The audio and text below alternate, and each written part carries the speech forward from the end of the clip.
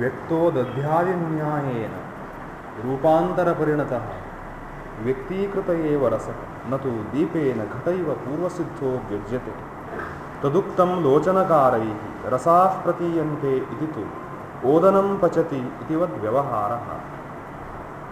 अत्र च रत्यादिपदोपादानादेव स्थायित्वे प्राप्ते पुनः स्थायिपदोपादानं रत्यादीनाम् अपि रसान्तरेषु अस्थायित्व प्रतिपादनार्थम।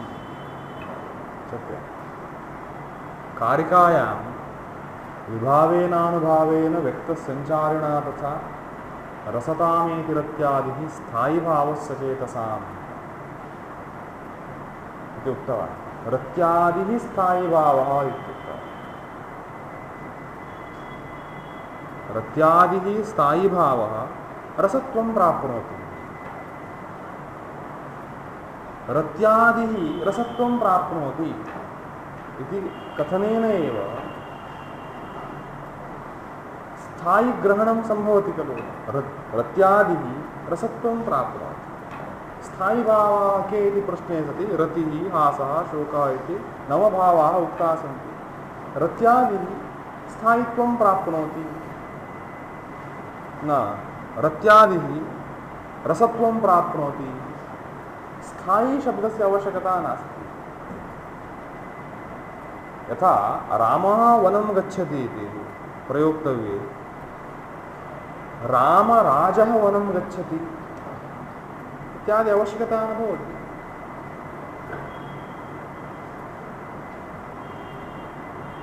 अथवा कश्चन भवानेव कश्चन जनः भवत्सु एव कश्चन जनः गच्छति तदा तत् शब्दस्य अग्रे पुनः छात्रः इति आवश्यकता अस्ति वा?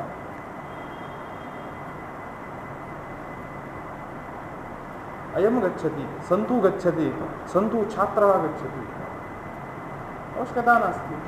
सन्तु शब्दग्रहणेनैव छात्रत्वं तत्र सिद्धमस्ति। किमर्थं सन्तु गृहीता विशिष्टः जनः विशिष्टः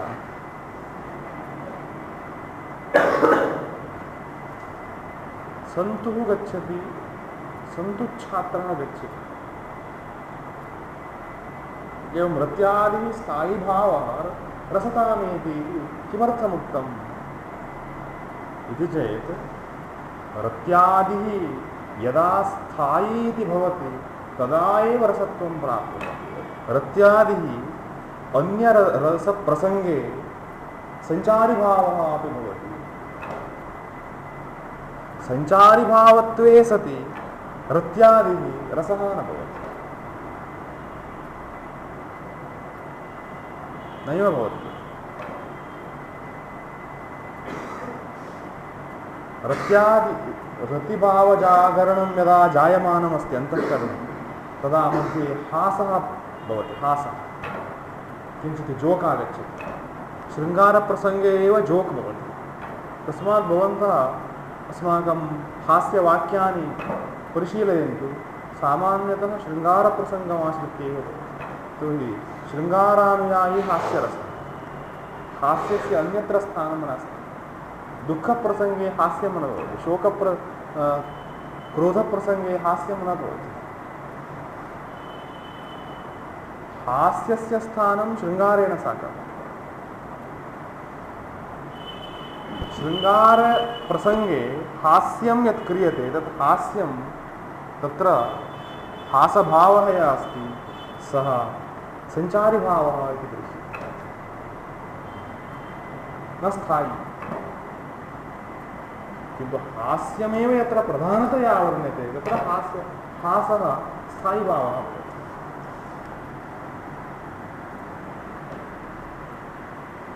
एवं भवति। रसान्तरप्रसङ्गे अन्यः भावः स्थायिभावः इति पूर्वं गृहीतः सञ्चारिभावत्वेन स्वीकृतो भवति।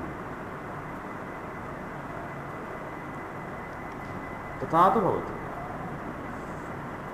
यथा कस्मिंश्चित् प्रैमरी स्कूल् मध्ये वा कुत्रचित् हेड् मास्टर् कश्चन भवति, हेड् भवति। सः इलेक्शन् प्रसंगे कर्मकरत्वेन कुत्रचित् स्थाप्यते, तथा अस्ति खलु। कर्मकरत्वेन कुत्रचित् स्वीक्रियते, तत्र सः कर्मकारः एव, तत्र न हेड् न प्रिन्सिपल्, प्रसंगान्तरे न प्रिन्सिपल्। एतत् प्रैमरी स्कूल् दृष्ट्या तु प्रधानः भवति, तत्र न प्रधानः। एवमेव रत्यादिः यत्र प्रधान तदा एव स्थायित्वे सत्येव रसत्वं प्राप्नोति, सञ्चारित्वे सति न।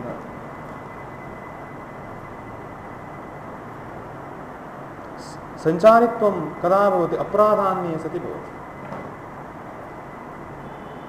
अत एव सः उक्तवान् रत्यादीनामपि रसान्तरेषु अस्थायित्वप्रतिपादनार्थम्। रत्यादयः भावाः ये सन्ति, रतिः, आशा, शोकः, क्रोधः इत्याद्याः, तेषामपि रसान्तरे अन्यरसप्रसङ्गे अस्थायित्वमेव भवति, स्थायित्वं न भवति। तत्प्रतिपादनार्थं स्थायी इति शब्दग्रहणं कृतवान् कारिकायां। यः भावः, यः कोऽपि भावः न स्यात्, स्थायी भाव एव स्यात्।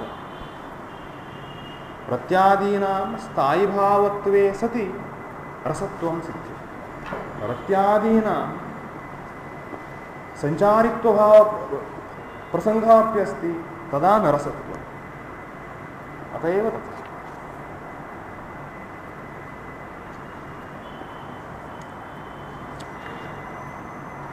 अत्र च रत्यादिपदोपादानादेव स्थायित्वे प्राप्ते रत्यादि रसत्वं प्राप्नोति इति कथनेनैव। यथा सन्तुर्गच्छति नाम अस्माकं छात्रः इति ज्ञायते,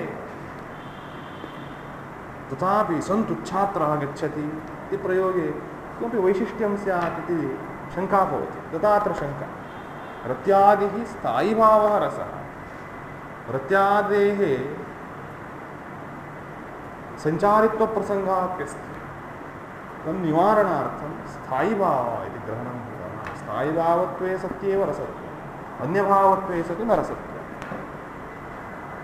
पुनः स्थायीपदोपादानं रत्यादीनामपि रसान्तरेषु अन्यरसेषु स्थायित्वप्रतिपादनार्थं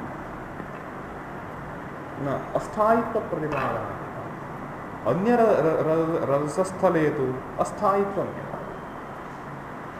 ततश्च हासक्रोधादयः शृङ्गारवीरादौ व्यभिचारिणः एव।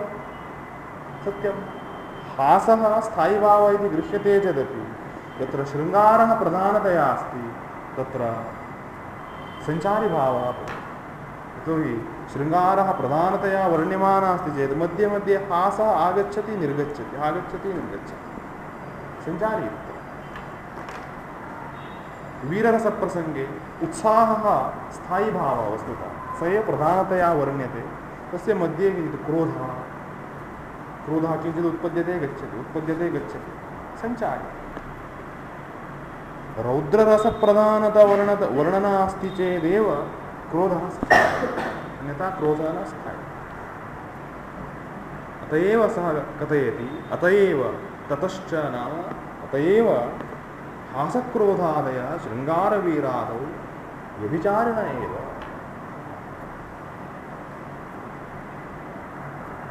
तदुक्तं रसावस्थः परं भावः स्थायितां प्रतिपद्यते।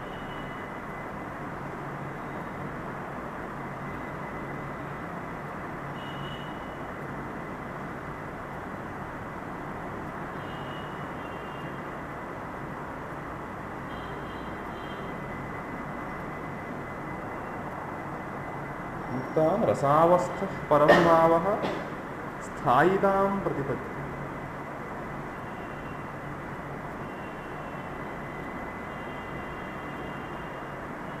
रसावस्थः भावः परं स्थायित्वं प्राप्नोति।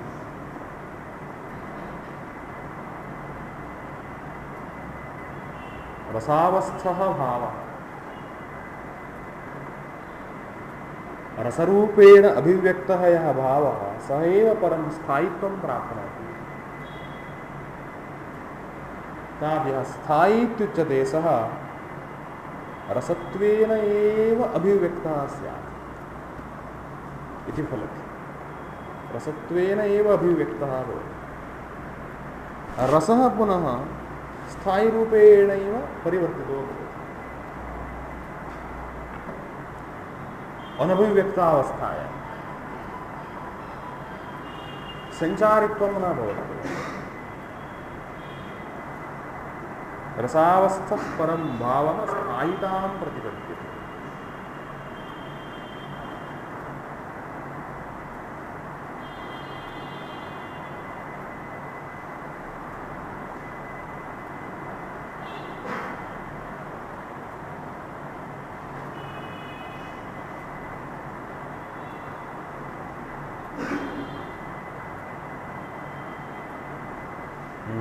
अत्र व्याख्याकारः एव स्पष्टीकृतः। अत्र किञ्चित् संशयास्पदं परम् इति अव्ययम् अवधारणार्थे। परम् इति रसावस्थः परम् इत्यस्ति खलु। रसावस्थः परं भावः स्थायितां प्रतिपद्यते। रसावस्थः एव भावः रसरूपेणैव स्थितः भावः स्थायितां प्रतिपद्यते। स्थायी स्वरूपं प्राप्नोति। स्थायी स्वरूपं प्राप्नोति।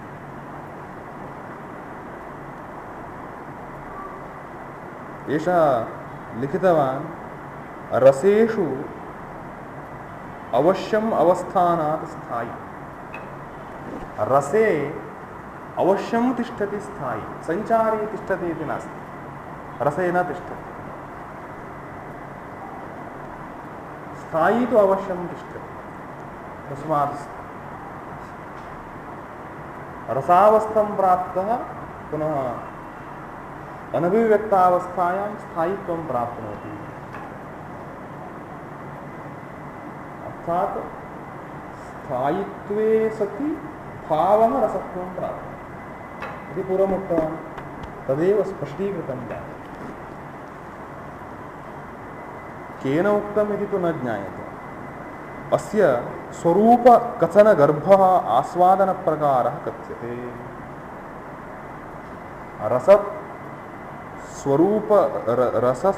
अस्य रसस्य इत्यर्थः स्वरूपकथनगर्भः स्वरूपकथनयुक्तः इत्यर्थः। आस्वादनप्रकारः आस्वादनरीतिः आस्वादनस्वरूपं कथ्यते। इदानीं द्वाभ्यां कारिकाभ्यां वदति। रसः कीदृशः? रसस्वरूपमपि कथयति। स्वरूपकथनद्वारा तस्य आस्वादनरूपमपि दर्शयति। आस्वादनमपि कथं सम्भवति रसस्य? स्वरूपम् आस्वादनं द्वयमपि। सत्त्वोद्रेकात् अखण्ड स्वप्रकाशानन्दचिन्मयः वेद्यान्तरस्पर्शशून्यः ब्रह्मास्वादसहोदरः लोकोत्तरचमत्कारप्राणः कैश्चित् प्रमातृभिः स्वाकारवदभिन्नत्वेनायमास्वाद्यते रसः रजस्तमोभ्याम् अस्पृष्टं मनः सत्त्वमिहोच्यते।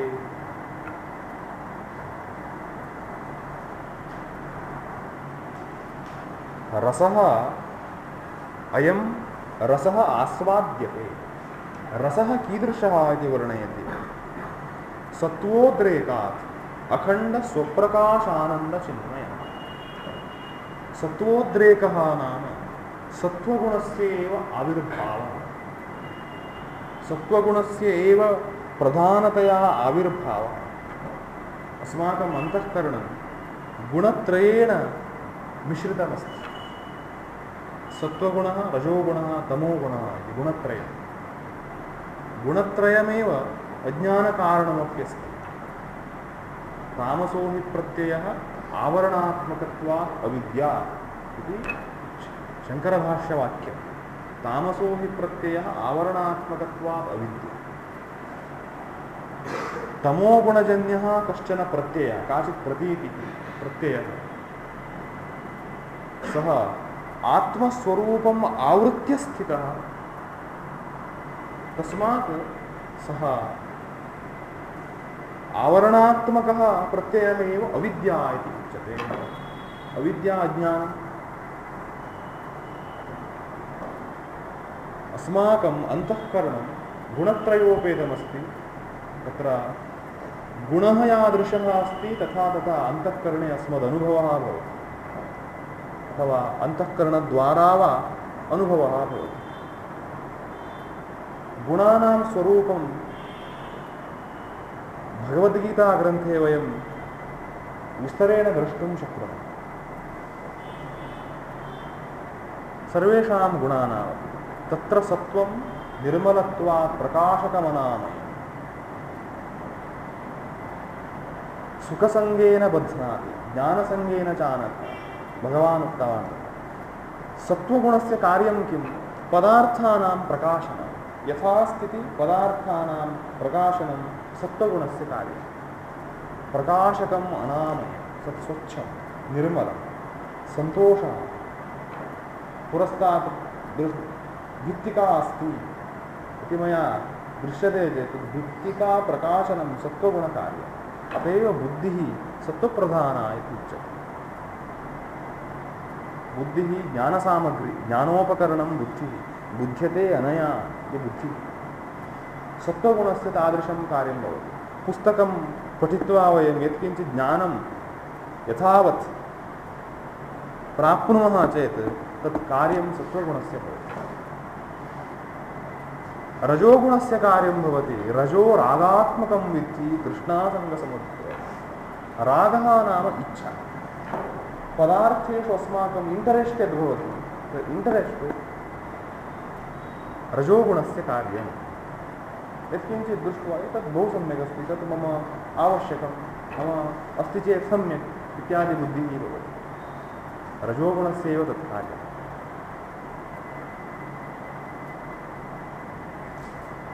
इच्छायाः मूलं रजोगुणः।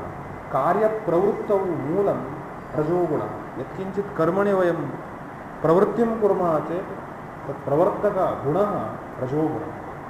अयं प्रेरकगुणः। अत एव सृष्टिगुणः रजोगुणः इत्युच्यते। रजोजुषे जन्मनि सत्त्ववृत्तये स्थितौ प्रजानां प्रलये तमस्पृशे अजाय सर्गस्थितिनाश हेतवे त्रयीमयाय त्रिगुणात्मने नमः इति बाणभट्टः उक्तवान्।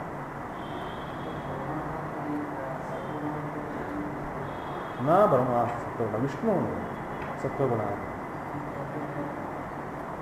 कुत्र अस्ति तथा? सत्त्वगुणः विष्णुः।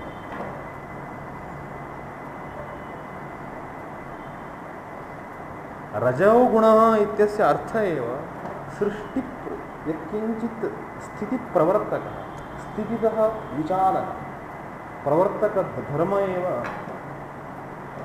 रजोगुणः। उत्साहः तत्कार्यं मया कर्तव्यम् इत्यादि स्वभावः यः उत्पद्यते अयम् अस्य गुणस्य फलं। अस्य गुणस्य एव कार्यं तथा दृश्यते।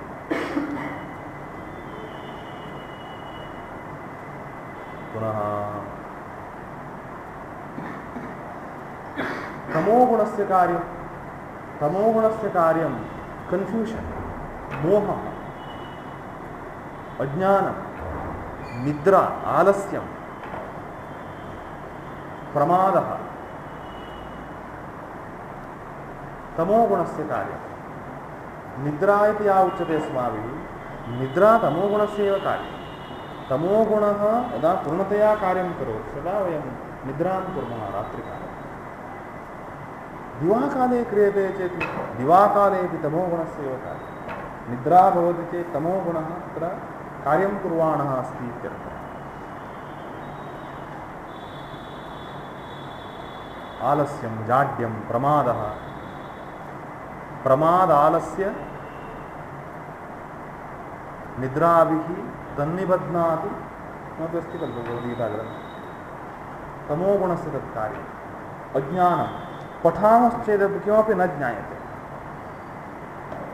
तमोगुणस्यैव तत्कार्यम् तमोगुणः यदा अपगच्छति तदा ज्ञानं भवति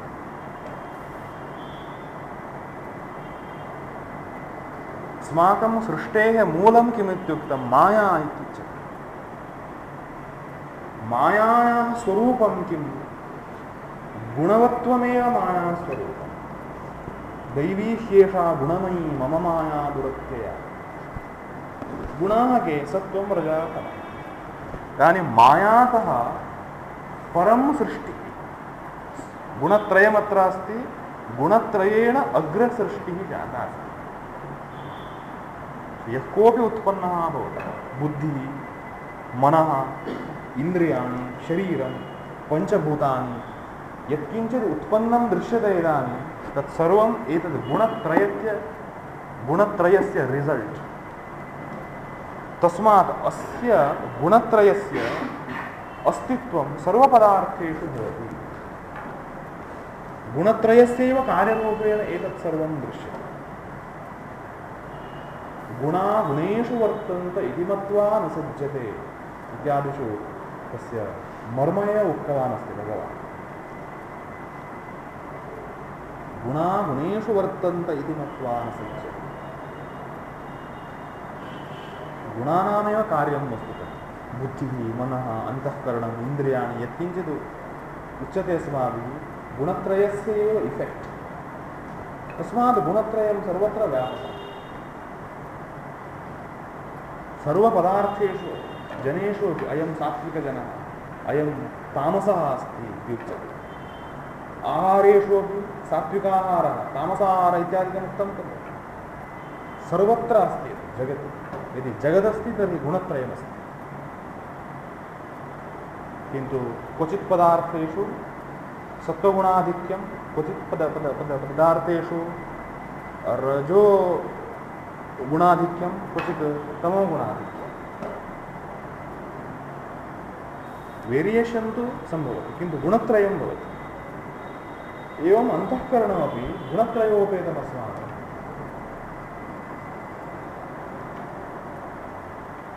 तमोगुणप्रधानः जनः प्रमादं करोति सर्वदा नान्सेन्स् कार्यं करोति स्पष्टता नास्ति इत्यर्थः तमः अज्ञानं तस्य स्पष्टता नास्ति धूमपानं करोति मद्यपानं करोति किमपि नान्सेन्स् कार्यमेव करोति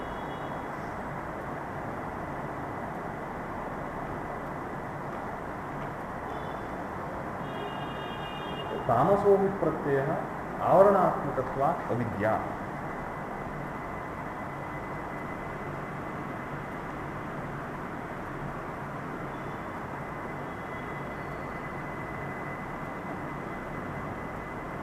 गुणः अस्माकं मरणकाले यादृशः गुणः चित्ते कार्यं कुर्वाणः अस्ति तादृशम् अग्रिमजन्म भवति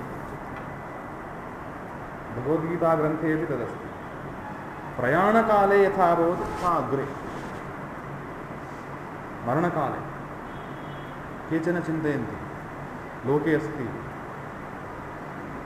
सः रात्रौ निद्रां कृतवान् सम्यगेव रात्रौ आसीत् प्रातः पश्यामः न उत्तिष्ठति तदा अस्माभिः परीक्षणं कृतम् अयं मृतः सुखं मरणमस्ति निद्रायामेव मरणं कष्टं न अनुभूतवान् मरणे बहु सम्यक् जातम् इति चिन्तयति अहं चिन्तयामि सा प्रायः सः सूक्ष्मकृमिकीटादिरूपेण जन्म प्राप्तवान् स्यात् अथवा पुष्वादिजन्म प्राप्तवान् स्यात् कारणं गुणसङ्गोऽस्य सदसद्यो निजन्मसु गुणसङ्गः यादृशगुणसङ्गः मरणकाले अस्ति तथा जन्म कारणं गुणसङ्गोऽस्य सदसद्यो निजन्मसु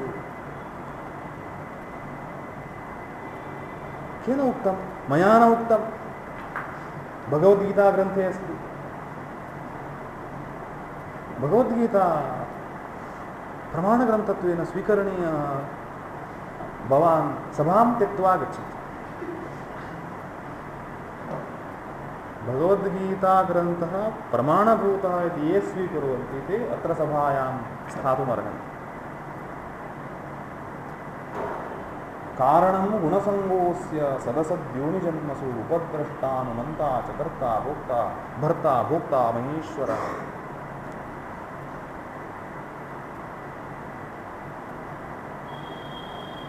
परमात्मध्यानं कदा सम्भवति?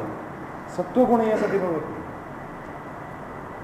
तदा मरणं यः प्राप्नोति मामेव ते प्रपद्यन्ते। भगवान् उक्तवान् प्रयाणकालेऽपि च ते प्रयाणकालेऽपि च मां ते विदुः युक्तचेतसः। मरणकाले परमात्मस्मरणं बहु मुख्यं। मरणकाले यदा परमात्मस्मरणं भवति तदा तस्य उत्कृष्टं जन्मैव भवति। मरणकाले परमात्मस्मरणं कुर्मः सम्प्रति मास्तु इति निषेधः जीवने स्वीकर्तुं न शक्यते। जीवने अत्यन्तम् अभ्यस्तं प्राक्टिस्ड् यद् भवति तदेव मरणकाले स्मृतं भवति।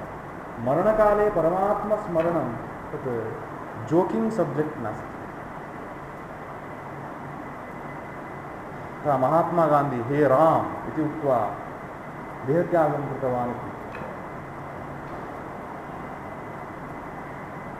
यत् प्रतिदिनं पुनः पुनः स्मरति तदेव मरणकाले स्मृतं भवति। मरणकाले कदाचित् मम पुत्राः एवम् आसन्, एवं चिन्तयन् हार्ट् अट्याक् जातं, मरणं प्राप्तवान्। प्रायः शास्त्रे अस्ति सूकरजन्म प्राप्नोति। सूकरजन्म सूकराणां परिवारः महान् भवति, सन्तानपरिवृतः भवति सूकरः। गृहं निर्मेयमासीत्, गृहं न निर्मितं, हार्ट् अट्याक् जातं। सः प्रायः गृहगोधिका भवति।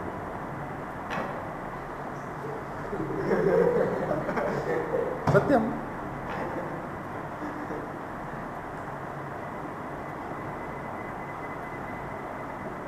बहु धनलालसः यः अस्ति सर्पः भवति। निधिः यत्र निक्षिप्यते तत्र तिष्ठति सर्पो भवति। मरणकाले धनमेव आधिक्येन चिन्तयति, तथैव तस्य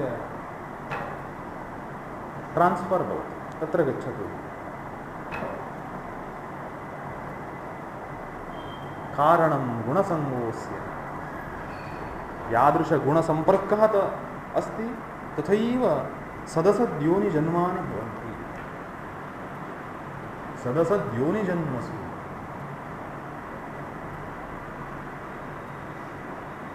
तस्मात् पश्यतु, अन्तकाले भगवान् वासुदेवः इति स्मरणीयः चेत् बाल्यकालात् प्राक्टिस् आवश्यकम्।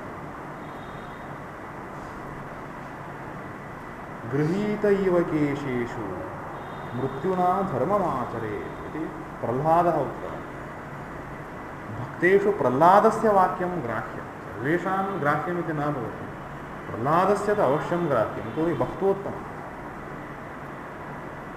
बाल्यकालादेव परमात्मना स्मरणमस्माभिः कर्तव्यमस्ति। केन भावेन कर्तव्यं?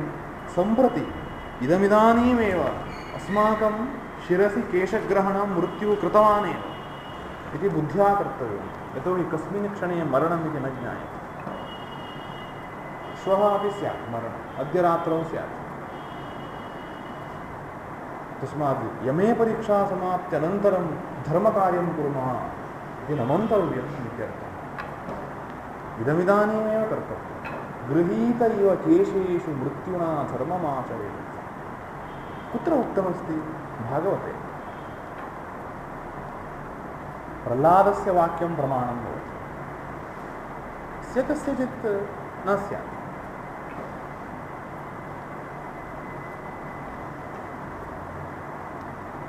अंतःकरणं गुणत्रयोपेति तत्र सत्त्वगुणाविर्भावः यदा भवति तदा चित्तस्य मूड् सम्यक् भवति, प्रसन्नं चित्तम् अनुभूयते, हर्षः अनुभूयते, समाधानम् अनुभूयते, सुखं ज्ञानं सत्त्वगुणस्यैव इफेक्ट् तत्। सत्त्वगुणस्य उद्रेकः आविर्भावः तद् गुणत्रयं तिष्ठति एव। तत्र प्रधानतया सत्त्वगुणः, रजोगुणं तमोगुणं च आक्रम्य सत्त्वगुणः उत्तिष्ठति चित्ते, आविर्भूतो भवति, तस्य सत्त्वोद्रेकः इति नाम। यदा वयं समीचीनं गानं शृण्मः, भजनं कुर्मः, तदा आनन्दः यः उत्पद्यते तत्र सत्त्वोद्रेकः, सत्त्वस्य आविर्भावः जातः इत्यर्थः, अन्यथा आनन्दः एव न भवति। आनन्दस्य मूलं स एव। यथा गन्धः स्मेल् आगच्छति चेत् पुष्पं स्यात् अथवा गन्धोत्पादकं किमपि वस्तु स्यात्, सेण्ट् इत्यादिकं स्यादेव, अन्यथा गन्धप्रसङ्गः एव नास्ति। तद्वत् यदि आनन्दः अनुभूयते तर्हि अस्माकम् अन्तःकरणे एक एव गुणः सत्त्वगुणः। तस्य आविर्भावे जाते सति अन्तःकरणे सुखं, समाधानं, ज्ञानं, स्पष्टता, निर्भयस्थितिः अनुभूयते। सम्यगस्मि अहमद्य, सत्त्वगुणस्य तत् फलम्। केचन छात्राः, केचन जनाः तथा दृश्यन्ते, सर्वदा किमपि भयं, वृथा एव कन्फ्यूषन्, किमपि किं स्यात्, तमोगुणकार्यं भयं। तमोगुणः तत्र प्रधानतया इफेक्ट् कुर्वन् अस्ति। सत्त्वोद्रेककारणात् किं भवति? रसः अखण्ड प्रकाश आनन्दचिन्मयः भवति।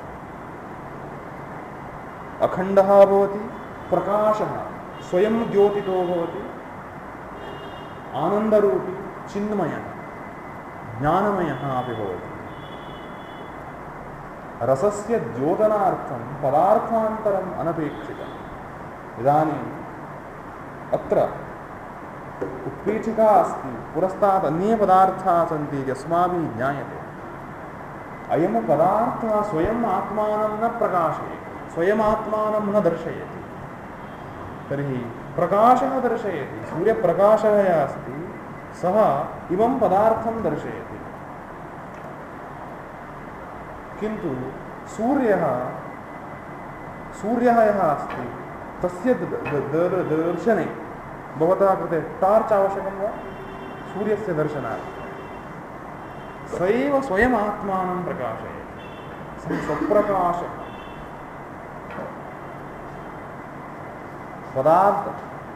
पदार्थान्तरम् अनपेक्ष्य एव यः दृश्यते, दृष्टो भवति, सः स्वप्रकाशः। रसः तादृशः अखण्ड स्वप्रकाशः। रसः पीस् इति न अनुभूयते। एतत् सर्वम् अग्रे विवृणोति सः एव। आनन्दरूपी एव, चिन्मयः, ज्ञानमयः, संवेदनरूपी। इदानीं स्वर्गः इत्युच्यते। स्वर्गः कथमस्ति इति ज्ञायते, पृच्छते चेत् शास्त्रग्रन्थेषु इत्थं स्वर्गः अस्ति इति वर्णनादते। इदानीं स्वर्गः मया ज्ञायते इति कोऽपि पण्डितः ब्रूयात्, तद् वस्तुतः न ज्ञानं। यदा संवेदनम्, अन्तः फीलिङ्ग् भवति स्वर्गस्य साक्षात् अनुभवः, तदा एव तद् ज्ञानं। नीलकण्ठदीक्षितः स्वर्गवर्णनं कृतवान्, बहु सम्यक् वर्णनं। तत् श्रुत्वा स्वर्गः मया ज्ञायते इति वक्तुं न शक्यते। तत् संवेदनरूपेण अन्तः लभ्यते चेदेव तद् ज्ञानम्, अन्यथा तत् जडम्। चिन्मयः रसः। अत एव शङ्कराचार्यैः आक्षिप्यते, एतत् प्रथमवर्गेपि मया उक्तम्, आत्मानुभवः, मोक्षः यः अस्ति अस्मिन् जन्मनि अत्र देहे एव सम्भवति। इहैव तैर्जितः सर्गः येषां साम्ये स्थितं मनः निर्दोषं समं ब्रह्म तस्मात् ब्रह्मणि ते स्थिताः। अत्रैव सम्भवति इति अनुभवः अस्ति। अनुभवनिष्ठः अयमर्थः मोक्षः इति। किन्तु मीमांसकान् सः आक्षिपति भवतां शास्त्रे प्रतिपादितः स्वर्गः अस्ति सः अत्र तु साक्षात् न सिद्ध्यति, मरणानन्तरं लभ्यते वा न वा इति शङ्का भवति।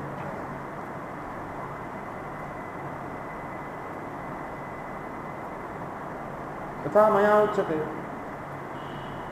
एतत् शिलाखण्डं भवान् मुखे स्थापयतु 50 वर्षानन्तरं माधुर्यम् अनुभूयते।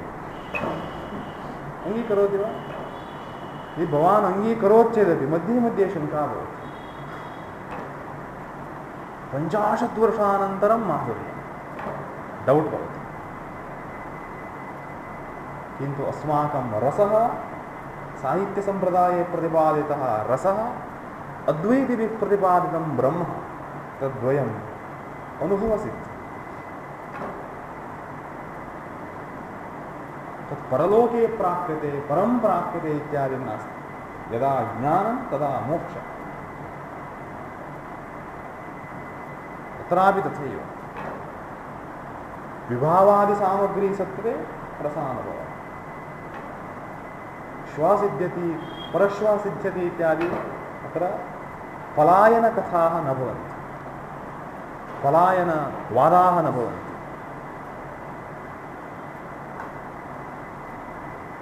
अतएव चिन्मयः स्वानुभवसिद्धः वेद्यान्तरस्पर्शशून्यः। रसानुभवकाले अन्यत् किञ्चित् ज्ञायमानं न तिष्ठति। वेद्यान्तरस्पर्शसु वेद्यं नाम पदार्थः, प्रमेयः इत्युच्यते खलु पदार्थः। प्रमेयः एव वेद्यः इत्यप्युच्यते। वेद्यान्तरम् इदानीं मया पुरस्तात् ग्रन्थः दृश्यमानः चेत् ग्रन्थः वेद्यः वेद्यमानः अस्ति। पुनः किं भवति तस्मिन् क्षणे एव नाना अनुभूतयः भवन्ति। इदानीम् एवं पश्यामि चेत् अत्र वर्णाप्यनुभूयन्ते, अक्षराण्यनुभूयन्ते। अक्षरस्य पार्श्वे अक्षरस्य यः ब्लैक् वर्णः अस्ति सोऽप्यनुभूयते।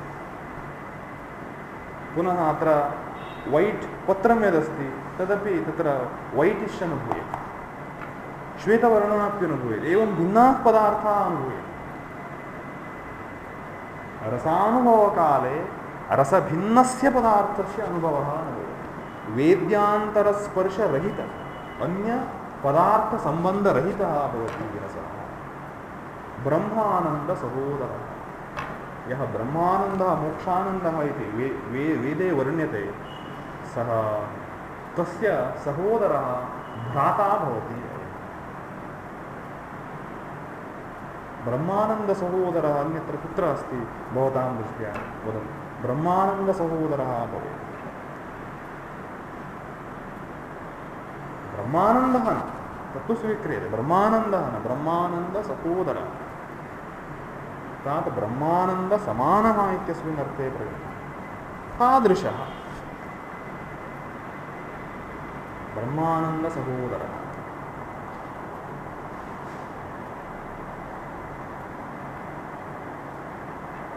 बहु सम्यक् उक्तवान्, बहु अद्भुतं वाक्यं। कथं ब्रह्मानन्द सहोदरत्वमस्य सिद्ध्यति इति अग्रे वर्णयिष्यते।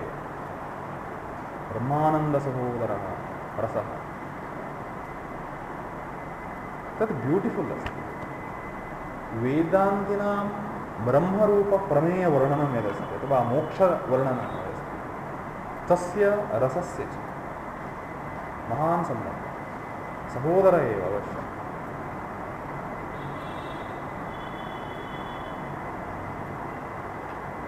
पुनः शास्त्रस्य स्वभावं पश्यामश्चेदपि तथैव। शास्त्रस्वभावः अपि तथैव अस्ति। सर्वाणि शास्त्राणि वेदस्य अङ्गानि भवन्ति। षट्शास्त्राणि व्याकरणादि वेदस्य अङ्गानि। तर्हि वेदस्य दासाः इत्यर्थः। व्याकरणस्य किं प्रयोजनं, तत् प्रयोजनं भवति, तस्य तत् प्रयोजनं भवति, अन्यदन्यत् प्रयोजनमस्ति शास्त्राणां। न्यायादिदर्शनानि उच्यमानान्यपि वेदविरुद्धतया प्रतिहतानि सन्ति। किन्तु साहित्ये प्रतिपाद्यमाना ये अंशाः सन्ति एते पुरुषार्थपराः। वेदेन ये पुरुषार्थाः प्रतिपाद्यताः सन्ति ते एव काव्यद्वारा प्रतिपाद्यन्ते। तस्मात् काव्यस्य किं प्रयोजनं? वेदेन यद्यत् प्रयोजनं भवति तत् सर्वं प्रयोजनं।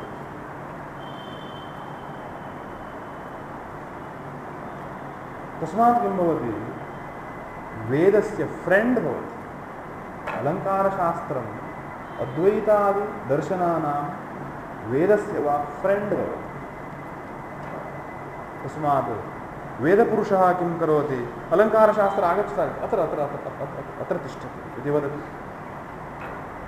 व्याकरणशास्त्रं दृष्ट्वा अरे व्याकरणशास्त्र प्रक्षालयति, तत्र चा तत् पीतं सर्वमस्ति, प्रक्षालयति, तत्र धृत्य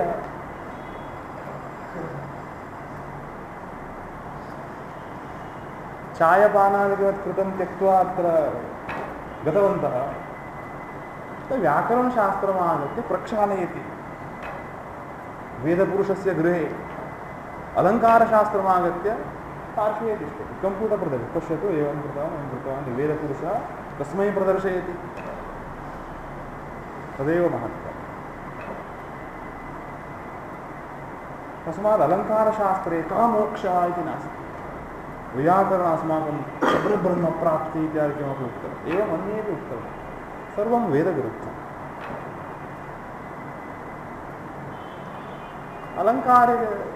अलङ्कारिका तथा न उक्तवन्तः, अस्माकं मोक्षः भिन्नः अस्ति न उक्तवन्तः।